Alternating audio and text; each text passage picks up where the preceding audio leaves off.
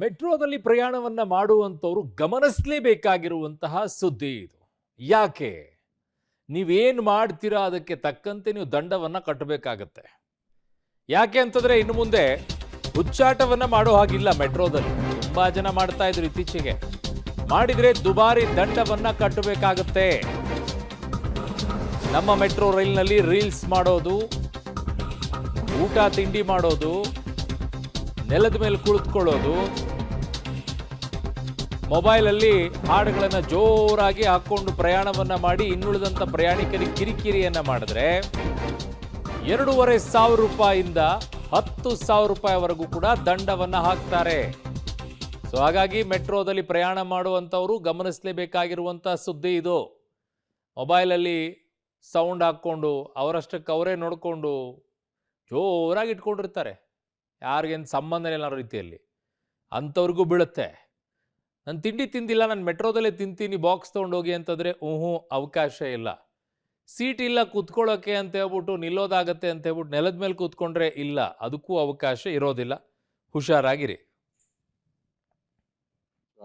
Amendment of provisions ಬಿಲ್ಲಲ್ಲಿ ನಮ್ಮ metro ಆ್ಯಕ್ಟ್ಗೆ ಒಂದಷ್ಟು ಸೆಕ್ಷನ್ಗಳಿಗೆ ಅದನ್ನು ಕೂಡ ಅವರು ಸ್ವಲ್ಪ ಬದಲಾವಣೆ ಮಾಡಿದ್ದಾರೆ. ಇದು ಆಲ್ರೆಡಿ ನಮ್ಮ ಮಿನಿಸ್ಟ್ರಿ ಆಫ್ ಅದನ್ನು effective date of 19th of June ಅಂತ ಕೊಟ್ಟಿದ್ದಾರೆ. ಇದರಲ್ಲಿ ಮೇಜರ್ ಒಂದು ನಮ್ಮ section 59 drunkenness and causing nuisance in metro rail.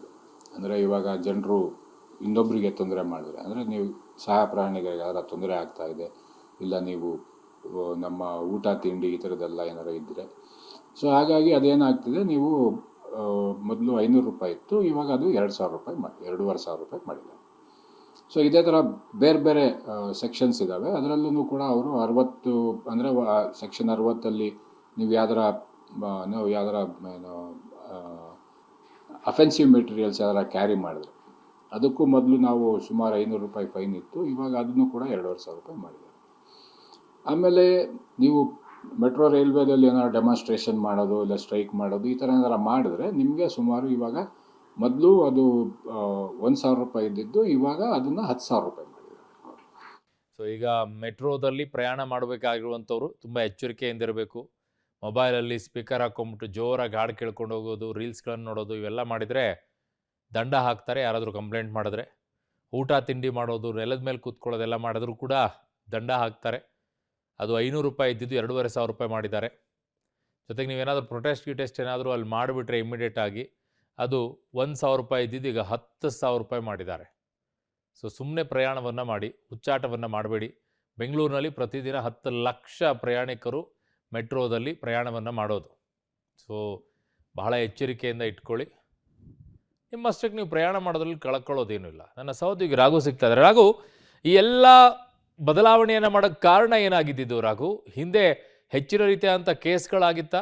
Arun, ಈ ಹಿಂದಿನಿಂದಲೂ ಕೂಡ ಪ್ರಕರಣಗಳ ಸಂಖ್ಯೆ ಅವಾಗವಾಗ ಹೆಚ್ಚಾಗ್ತಾನೆ ಇತ್ತು. ಇದಕ್ಕೆ ಸಂಬಂಧಪಟ್ಟಂತೆ BMRCL ಕೂಡ ಜನರಿಗೆ ಅರಿವನ್ನ ಮೂಡಿಸುವಂತ ಕೆಲಸಗಳನ್ನ ಮಾಡ್ಲಾಗ್ತಾ ಇತ್ತು. ಬಟ್ ಆದ್ರೆ ಇತ್ತೀಚಿನ ದಿನಗಳಲ್ಲಿ ಇದು ಮರುಕಳಿಸ್ತಾ ಇದೆ. ಸೊ ಈ ಕಾರಣಕ್ಕಾಗಿ ಬೇರೆ ಆಯ್ಕೆಗಳೇ ಇಲ್ಲದೆ ಇರುವಂತ ಕಾರಣಕ್ಕಾಗಿ ಇದನ್ನ ಕಂಟ್ರೋಲ್ ಮಾಡ್ಬೇಕು ಅನ್ನುವಂತ ರೀತಿಯಲ್ಲಿ ಸದ್ಯ BMRCL ಈ ನಿರ್ಧಾರಕ್ಕೆ ಬಂದಿರುವಂತದ್ದು. ಜೊತೆಗೆ ಈ ಹಿಂದೆ ಕೂಡ ಈ ಹಿಂದಿನ ದರಗಳೇನಿರ್ತಾ ಇತ್ತು ಅದಕ್ಕಿಂತ ಹೆಚ್ಚಿನ ದರವನ್ನ ಫಿಕ್ಸ್ ಮಾಡ್ಬೇಕು ಅನ್ನುವಂತ ಚರ್ಚೆಗಳು ಕೂಡ BMRCL ನಲ್ಲಿ ಆಗಿತ್ತು. ಜೊತೆಗೆ ಇದನ್ನ ಚರ್ಚೆಯನ್ನ ಕೂಡ ಮಾಡಿ ಆದಷ್ಟು ಬೇಗ ಜಾರಿಗೆ ತರಬೇಕು ಅನ್ನುವಂತ ನಿಟ್ಟಿನಲ್ಲೂ ಕೂಡ ತಯಾರಿಗಳನ್ನ ಮಾಡ್ಕೊಳ್ಳಾಗಿತ್ತು. ಸೊ ಅದೇ ನಿಟ್ಟಿನಲ್ಲಿ ಈಗ ಹೊಸದಾಗಿ ಈ ದಂಡದ ಮೊತ್ತಗಳೇನಿದೆ ಇದನ್ನ ಹೆಚ್ಚಾಗಿ ಮಾಡೋದ್ರ ಮುಖಾಂತರವಾಗಿ ಇನ್ನು ಮುಂದೆ ನಿಯಮ ಉಲ್ಲಂಘನೆ ಮಾಡಿ ಸಂಚಾರ ಮಾಡುವಂತದ್ದು ಅವ್ರು ಯಾರಿರ್ತಾರೆ ಅವರ ವಿರುದ್ಧ ಕ್ರಮಗಳನ್ನ ಕೈಗೊಳ್ಳುವಂತ ನಿಟ್ಟಿನಲ್ಲಿ ಮುಂದಾಗ್ತಾ ಇದೆ.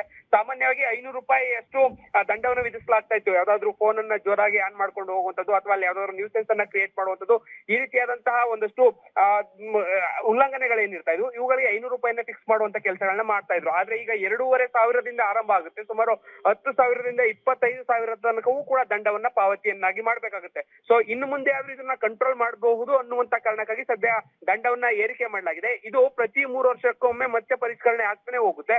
ಪ್ರತಿ 3 ವರ್ಷಕ್ಕೊಮ್ಮೆ ಇದರ ದರವನ್ನ ಹೆಚ್ಚಳ ಮಾಡೋದ್ರ ಮುಖಾಂತರವಾಗಿ ನಿಯಮ ಉಲ್ಲಂಘನೆ ಮಾಡುವವರ ವಿರುದ್ಧ ಕ್ರಮಗಳನ್ನ ಕೈಗೊಳ್ಳಬೇಕು ಅನ್ನುವಂತ ನಿಟ್ಟಿನಲ್ಲಿ BMRCL ಈ ನಿರ್ಧಾರಕ್ಕೆ ಬಂದಿದೆ. ಅರುಣ್. ಓಕೆ ರಾಘು, ನಿಮ್ಮೆಲ್ಲ ಮಾಹಿತಿಗೆ ಧನ್ಯವಾದಗಳು.